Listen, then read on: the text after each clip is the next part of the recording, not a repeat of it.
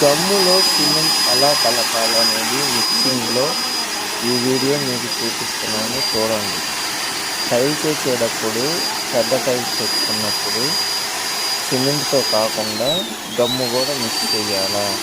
ఆ గమ్ము ఎలా మిక్స్ చేయాలంటే సిమెంటు, రబ్బర్ గమ్ము, యాటిగ్రేట్ గమ్ము అని ఉంటుందండి.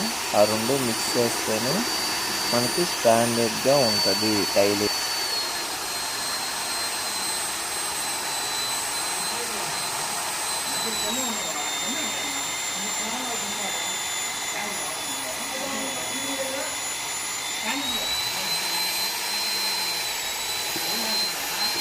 Let's go.